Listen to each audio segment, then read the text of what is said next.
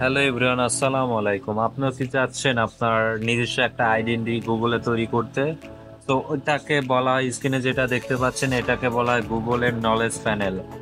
তো এটা আপনার ফার্স্টে আপনার টোটাল ইনফরমেশন, বায়োগ্রাফি, পিকচার, নিচে স্ক্রল করলে দেখতে পারবেন সকল সোশ্যাল মিডিয়ার লিঙ্ক গুলা স্টেপ বাই স্টেপ দেওয়া থাকবে।